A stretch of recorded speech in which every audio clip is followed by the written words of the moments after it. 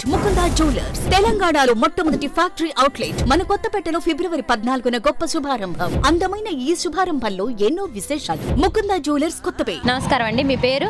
నా పేరు అబ్బాస్ అండి. ఏం చేస్తుంటారండి? ఏలూరు రోడ్ల బజ్జీల బండి. ఏలూరు రోడ్ల బజ్జీల బండి. ప్రాపర్ ఎక్కడండి? ఏలూరు రోడ్డే. అసలు మీరు ఫస్ట్ నుంచి ఇక్కడే ఉన్నారా? ఏ ఊరు నుంచి అన్న ఎంతమంది పిల్లలండి? ముగ్గురు చదువుకుంటున్నారా?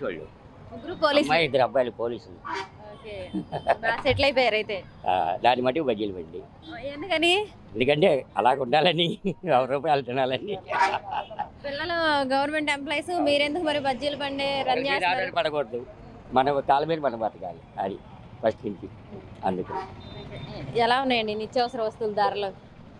ఏమండి ఇప్పుడు ఉన్న రేట్లే. ఆయన వస్తే తగ్గేది లేదు, ఈయన వెళ్తే ఎక్కేది లేదు. అలా కాదు. ఏంటంటే పబ్లిక్ మంచి తోచింది మాట్లాడుతూ ఉంటారు. నేను దాని గురించి కాదన్ను. ఆ రోజు ఎలా ఉన్నాయి రేట్లు, ఇప్పుడు అలాగ ఉన్నాయి, ఇప్పుడు ఎలా ఉన్నాయి, అప్పుడు ఎలా ఉన్నాయి. ఏంటంటే ఎవరు నచ్చిందో వాళ్ళు చెప్తారు, కాదంటలేదు.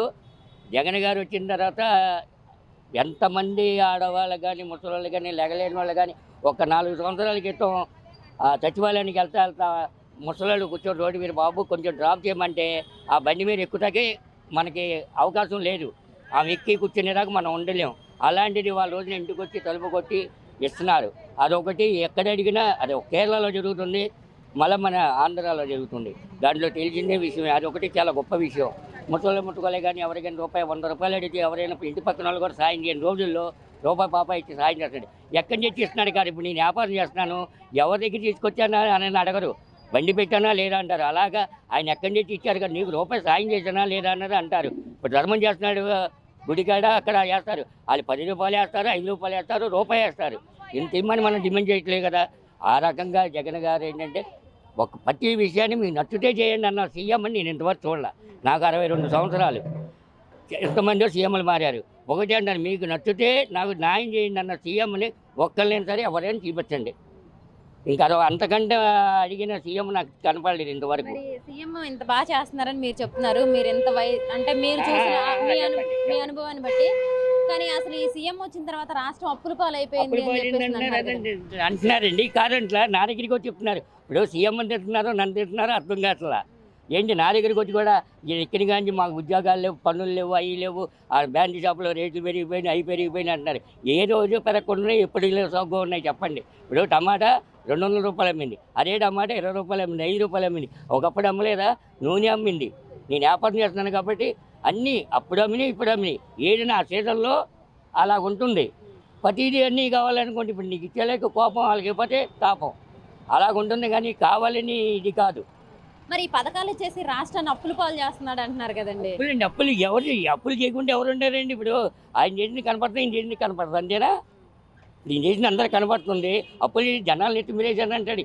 ఏంటి ఎవరికి? ఇప్పుడు భార్య కష్టపడుతుంది, భర్త కష్టపడుతున్నారు. ఇప్పుడు అందరు ఇంట్లో ఎవరు వండుకొని తింటలా, అందరు రెడీమేడ్. తెలిసిన విషయమే కదా. ఇప్పుడు ఇంకెవరండి దాంట్లో ఇవ్వాల్సింది? అభివృద్ధి లేదంటున్నారు కదండి. సంక్షేమ పథకాలు ఇస్తున్నారు కానీ అభివృద్ధి కంపెనీలు తీసుకురావట్లేదు, యువతకు ఉద్యోగాలు లేవంటున్నారు కదా. ఒకసారి వచ్చేస్తాయా? ఇప్పుడు 4 సంవత్సరాలు ఇచ్చారు. 4 సంవత్సరాలు జరిగింది, ఎక్కువైంది.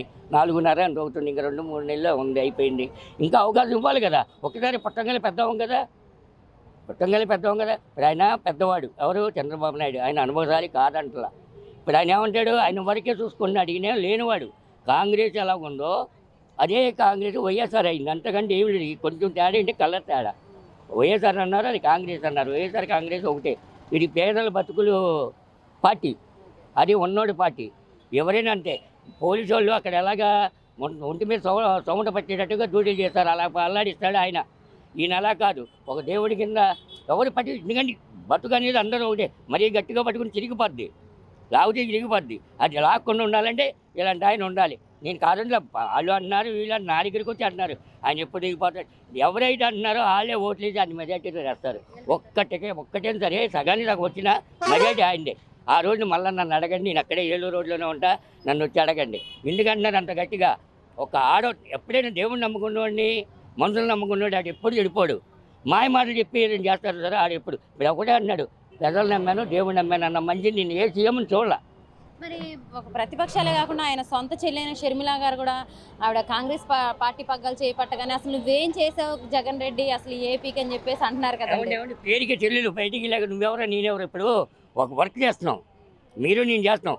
మీరు నా మీద పెద్ద వయసులో పెద్ద, ఆ పని దగ్గర ఏంటో తెలుసా చిన్న, నువ్వు ఎవరైనా సరే నన్ను సార్ అనాల్సిందే. అనాలా లేదా నువ్వు? ఇప్పుడు నా కొడుకులు ఆఫీసర్లే, పోలీసులే, నేను అక్కడికి వెళ్ళి అరే అన్న నలుగురు అనగలనా? మరి మీకు కూడా మీ చిన్నపిల్లలా చెప్పాల్సి వస్తుందండి. తిరుమల అందన్నారు కరెక్టే, ఆమె వరకు ఆమెను పోరాడుకుంటుంది, దాంట్లో తప్పని ఎలాగంటారు? ఇప్పుడు ఆయన దొంగ అంటాడు, నేను దొంగ, నువ్వు దొంగ అంటావు. ఇది చిన్న లాజిక్. ఎలాగండి మీకు నేను చెప్పండి కదా, నువ్వు నా అంత ఉన్నావు కదా. మరి తిరుమల అంటుంది అన్నయ్య అన్నారు, అన్నయ్య ఎలా అవుతాడు?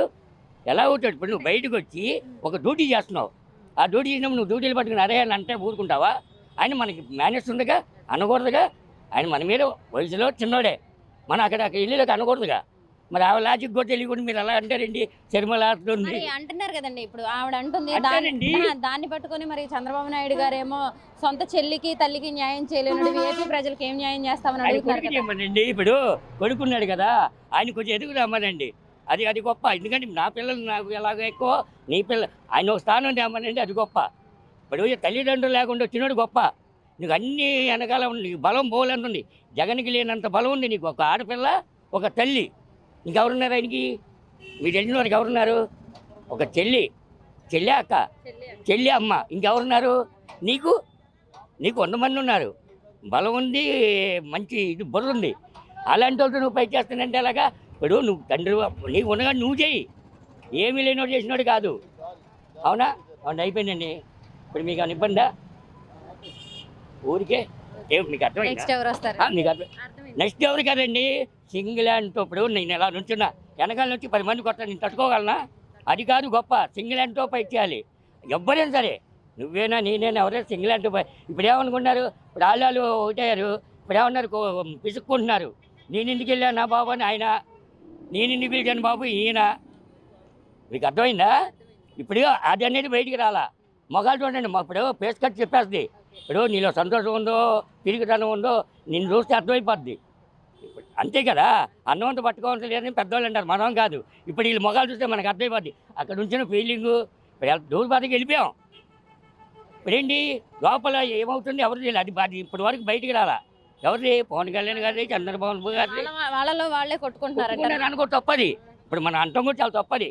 వాళ్ళు ఇప్పటికి ఒక్కడిని మిమ్మల్ని నమ్మి నేను వచ్చా, నాకు కొన్ని నచ్చలా, నాకు నచ్చవు, నేను నచ్చవు, అయితే దూరిపోయాం. మీకు అర్థమైందా? అంతేగాని ఆయన్ని ఎక్కువ అంటలేదు, ఇంత ఎక్కువ అంటలా.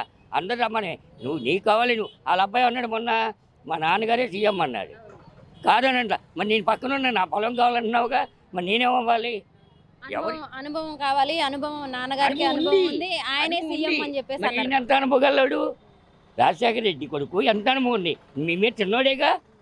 ఇప్పుడు అంత అంటే పవన్ కళ్యాణ్ ఇద్దరు ఒక వయసు వాళ్ళే కాదా? ఒక వయసు వాళ్ళే. మరి ఆయనకి ఇవ్వాలి అవకాశం. అదేంటి పవన్ కళ్యాణ్కి ఎందుకు ఇవ్వకూడదు అవకాశం?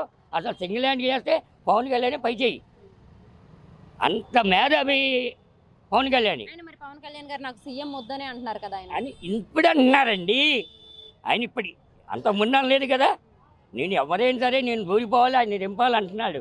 అది కరెక్ట్ కాదు. నువ్వు ఒక్కడు వెళ్ళి పై చేయి, ఎవరైనా సరే, నేనైనా సరే. ఇప్పుడు నలుగురు వచ్చి మాట్లాడుతున్నాం మీతో, ఎన్ని కొట్టేస్తారు, నా పరిస్థితి ఏంటి? ఏం చేయలేను. అలాగ 10 మంది అన్నాడు, ఆయన ఒకటే అన్నాడు, దేవుడు ఉన్నాడు, ప్రజలు ఉన్నారు అన్న సీఎంని ఎవరైనా చూపించగలరేమో. నాకు 62, 100 సంవత్సరాలు, 70 సంవత్సరాలు ఎవరన్నా ఆ చంద్రబాబు నాయుడిని చెప్పమనండి, అది అనమనండి, బాగుంటుంది.